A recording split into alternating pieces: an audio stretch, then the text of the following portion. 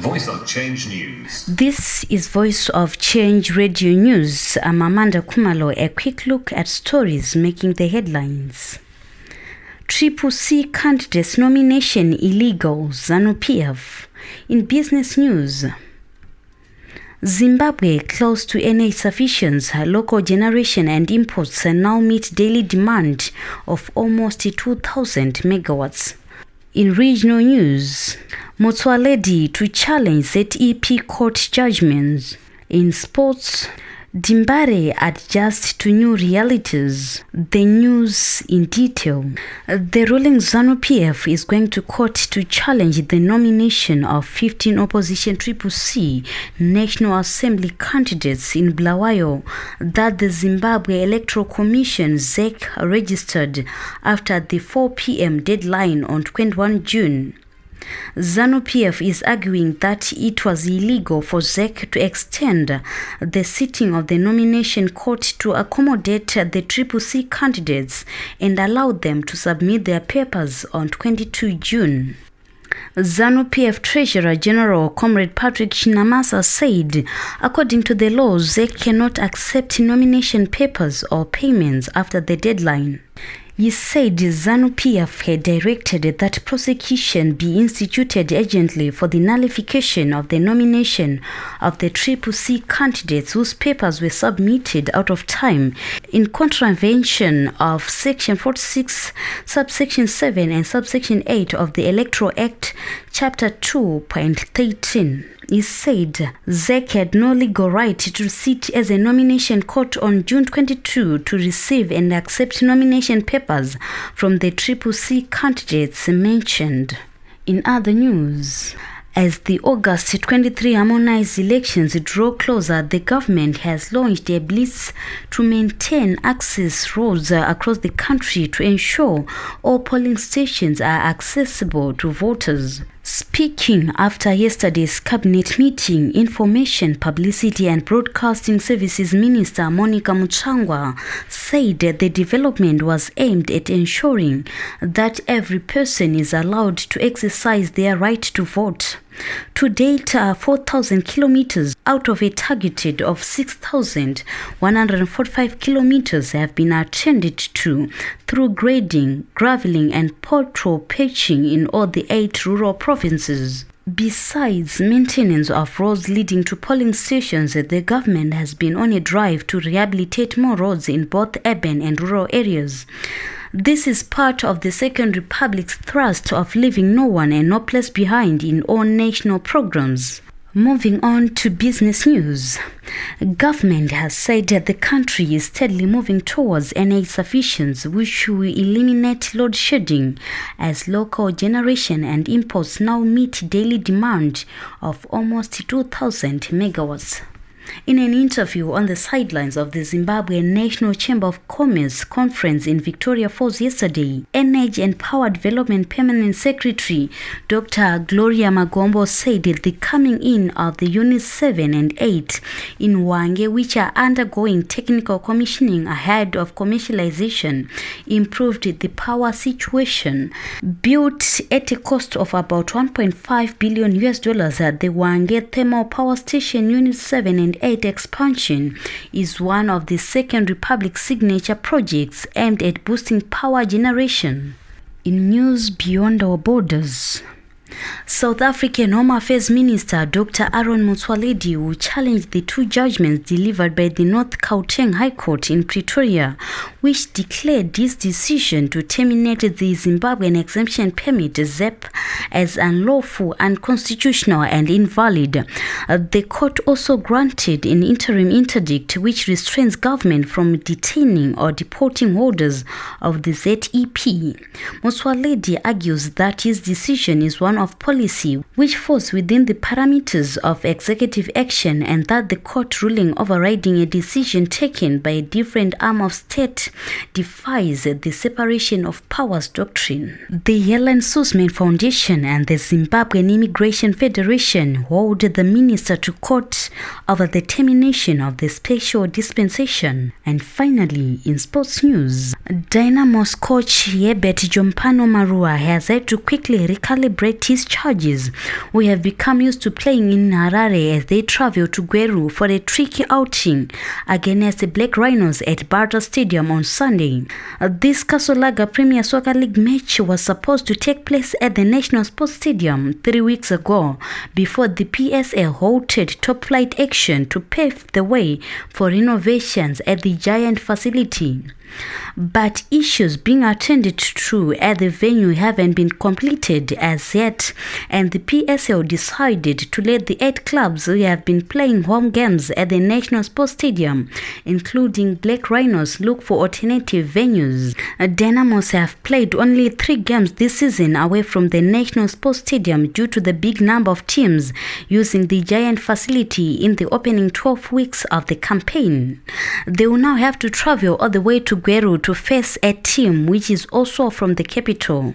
The Glamour Boys themselves have settled for a home stadium which is further away from Gweru, with the Giants set to use Baba Fields for their home games.